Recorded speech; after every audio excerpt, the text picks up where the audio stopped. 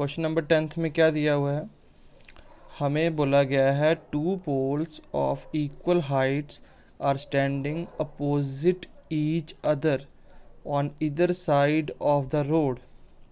मतलब मैं मान लेता हूँ कि ये एक रोड है और हमें कहा गया है कि दो पोल्स हैं आप लोगों के इक्वल हाइट्स के।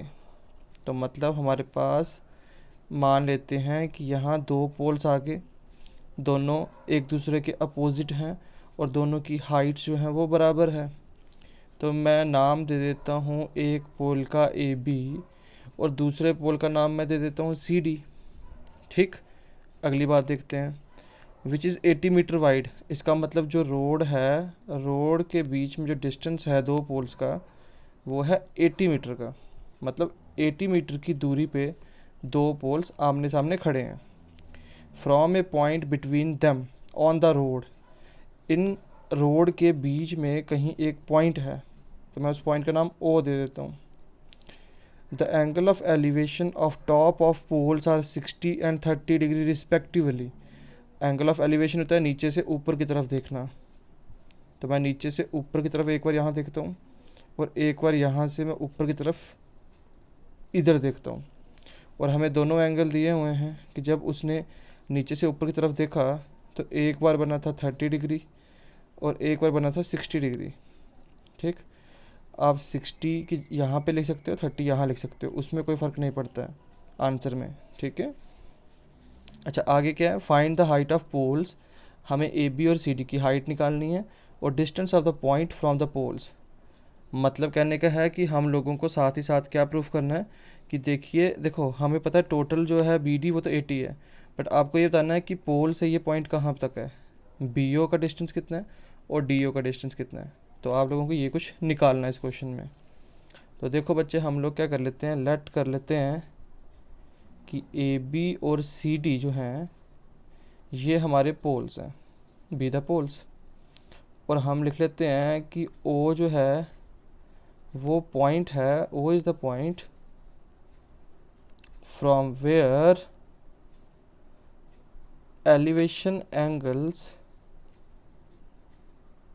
Are measured. इसका मतलब क्या हुआ कि ए बी और सी डी हमने दो पोल्स लिए और ओ वो पॉइंट लिया जो कि हम लोगों को एंगल ऑफ एलिवेशंस दे रहा था, जहाँ से हमने एंगल ऑफ एलिवेशन मेजर करनी थी। अब हम पहले ये ट्राइंगल ले लेते हैं, in triangle A B O. तो in triangle A B O हमें पता है कि ये भी 90 होगा, ये भी 90 डिग्री होगा। तो ये अगर देखो इस ट्राइंगल में ए बी ओ में एक राइट एंगल यहाँ पे है और एक एंगल यहाँ फॉल कर रहा है, तो जहाँ दो एंगल फॉल करते हैं वो वाली साइड मानी जाती है बेस। तो ये बेस है, ये परपेंडिकुलर है, और ये बेस है, ये हाइपोटेन्यूज है और ये परपेंडिकुलर है। तो परपेंडिकुलर अपॉन बेस होता है 10, यहाँ 10 है 60 डिग्री। तो A B upon B O, A B upon B O equal to 10 60 degree, right. A B हमें नहीं पता है, लिख देते हैं, और बी ओ भी हमें नहीं पता है, लिख देते हैं। और 10 60 डिग्री होता है √3। ठीक, 1 खुद से लगा देते हैं। क्रॉस मल्टीप्लाई अगर हम करते हैं तो हम लोगों को क्या मिलेगा, B O into √3, B O multiply √3 is equal to A B बन जाए ए बी। तो यहाँ से मैं बी ओ निकाल सकता हूँ, तो वो बन जाएगा ए बी √3। ठीक है, यहाँ तक समझ में आ गया आप लोगों को अच्छे से। तो ये चीज़ हम यहाँ पे एक स्क्वायर या रेक्टेंगल के अंदर डाल देते हैं, ताकि हम लोगों को बाद में अगर इसकी ज़रूरत पड़े तो हम इसका इस्तेमाल करेंगे। क्योंकि बी ओ तो पता है वैसे भी हमें निकालना था लास्ट में, तो अगर ए बी की वैल्यू निकल जाएगी तो पुट करके आंसर बी ओ का निकल जाएगा। अब हम लोग क्या कर लेते हैं बच्चे, यहाँ तक हो गया ना आपका। अब आप ट्राइंगल सी डी ओ ले लो। तो in triangle C D O same perpendicular upon base C D upon D O, यहाँ 10 कितना है 30 है, तो ये आ गया 10 30 डिग्री। अब सी डी नहीं मालूम है और डी ओ भी नहीं मालूम है, बट हम डी ओ की बात करें तो डी ओ कब निकलेगा, अगर पूरे बी डी में से बी ओ को माइनस कर दें तो डी ओ निकल जाता है। तो इसका मतलब डी ओ की जगह हम लोग लिख लेते हैं B D minus B O, और 10 30 होता है 1/√3। ठीक है, तो ये आया सी डी अपॉन, अब पूरा बी डी कितना है 80 माइनस बी ओ फिलहाल नहीं पता, एज इट इज़ रख लेते हैं। वैसे तो बी ओ पता है बट फिलहाल आप ऐसे ही रहने दीजिए इसको। इज इक्वल टू 1/√3 आ रहा है, ठीक है। अब हम इसको क्रॉस मल्टीप्लाई कर लेते हैं तो देखते हैं कितना आता है। तो ये कितना है 80 minus B O 80 minus B O और सी डी √3 सी डी √3, तो C D √3 is equal to 80 minus B O, ठीक है। अब बच्चे ये आया C D √3 is equal to 80 minus B O, और बी ओ की वैल्यू क्या थी आपके पास, वो थी आपके पास ए बी अपॉन √3, तो ये वैल्यू पुट करते हैं। तो यहाँ पे कितना आ गया आपका ए बी अपॉन √3। अब इसको सॉल्व करने की कोशिश करते हैं, इसको यहाँ ट्रांसपोज कर देंगे तो आएगा C D √3 plus A B upon √3 is equal to 80। यहाँ तक आई थिंक आपको समझ में आ गया। लेकिन हम जानते हैं कि जो सी डी की हाइट थी वो ए बी के बराबर थी, क्योंकि हमें स्टार्टिंग में बताया हुआ था कि ये जो दोनों आप लोगों के पोल्स थे वो इक्वल हाइट्स के थे, तो सी डी ए बी है। तो मैं यहाँ सी डी की जगह ए बी पुट कर सकता हूँ ताकि मेरा in terms of A B answer आ जाए। Is equal to 80। अब क्रॉस मल्टीप्लाई कर लो इसका, सच एलसीएम लेंगे तो आएगा √3। अब 1 इंटू √3 होता है, तो यहाँ √3 से मल्टीप्लाई करना पड़ेगा। तो ए बी √3 इंटू √3 क्या हो गया, ए बी इंटू 3 हो जाएगा, क्योंकि √3 इंटू √3 क्या होता है, √3 का स्क्वायर होता है, प्लस 1 इंटू ए बी, यहाँ ए बी आ जाएगा इक्वल टू आपका 80 आ गया, ठीक है बच्चे। अब देखो A B into 3 A B, simple 3 A B plus A B, यह आ गया आपका 4 A B. 4 A B is equal to, cross multiply कर लो, √3 इंटू 80 √3, तो ए बी कितना आ गया आपके पास 80 √3 बाई 4, 4 2 ज़ा 8, साथ में 0, तो इसका मतलब ए बी निकला 20 √3।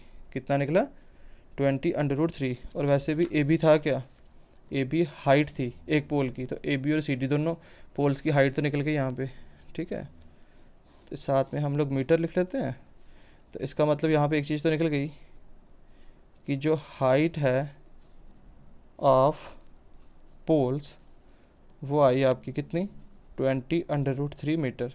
यहाँ पे हमारा क्या हुआ, हमारा एक पार्ट निकल गया। अब हम लोगों को क्या निकालना था, अब हम लोगों को बताना था कि जो पॉइंट ओ है वहाँ से बी और डी का डिस्टेंस कितना है, राइट।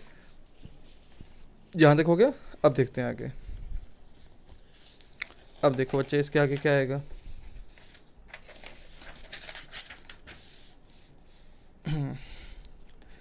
हम जानते हैं कि जो बी ओ है, यहाँ पे फिगर देख लेते हैं। हम जानते हैं जो बी ओ है उसको हमने पीछे प्रूफ किया था, प्रूफ ए बी √3 है, तो बी ओ जो आ गया वो है ए बी अपॉन √3, ठीक। अब आप लोगों ने ए बी की वैल्यू निकाली थी पीछे, तो ए बी की वैल्यू आपने क्या प्रूफ की थी पीछे, वो है 20 √3, तो ये आ गया ए बी 20 √3 अपॉन √3, ये √3 से √3 कट गया, तो बचा कितना 20 मीटर। तो इसका मतलब मेरा बी ओ निकल गया, बी ओ जो है वो आया 20, तो ऑटोमेटिकली 80 में से 20 माइनस करेंगे तो 60 ही बचेगा ना, बट फिर भी हम निकाल लेते हैं। देयरफॉर डी ओ जो है वो कब निकलेगा, जब मैं बी डी में से बी ओ को माइनस करूँगा। तो बी डी मेरे पास कितना है 80 और बी ओ मेरे पास निकला 20, तो ये निकला 60 मीटर, ठीक है। तो हमारा क्वेश्चन प्रूफ हो गया। हम लिख सकते हैं हैंस